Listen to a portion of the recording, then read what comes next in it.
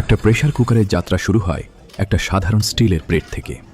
এই প্লেটের ভেতরে তখনও নেই কোনো ব্যবহার, শুধু আছে সম্ভাবনা।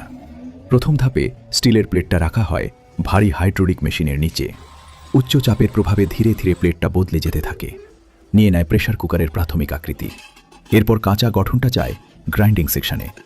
ভেতরের অংশ এবং বাইরের অংশ দুটোই আলাদা করে গ্রাইন্ড করা হয়, যাতে কোনো ধার, খসখসে ভাব বা অসমান পৃষ্ঠ না থাকে। পরের ধাপে প্রেস মেশিনে কুকারের উপরের অংশটাকে সুনির্দিষ্ট কোণে বেঁকিয়ে নেওয়া হয়।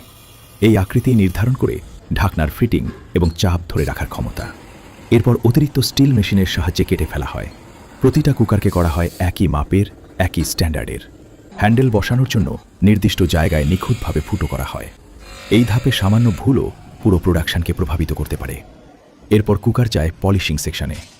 মেশিনের ঘর্ষণে স্টিলের গা ধীরে ধীরে মসৃণ ও চকচকে হয়ে ওঠে। চকচকে হয়ে যাওয়ার পর শুরু হয় অ্যাসেম্বলি। হ্যান্ডেল, ঢাকনা এবং কুকারের মূল দেহ এক এক করে সব অংশ জুড়ে দেওয়া হয়। সব ধাপ শেষ হলে একটা সাধারণ স্টিলের প্লেট পরিণত হয় একটা সম্পূর্ণ প্রেসার কুকারে। কারখানার এই নিয়ন্ত্রিত প্রক্রিয়ার মধ্য দিয়েই প্রতিদিন তৈরি হয় রান্নাঘরের নির্ভরযোগ্য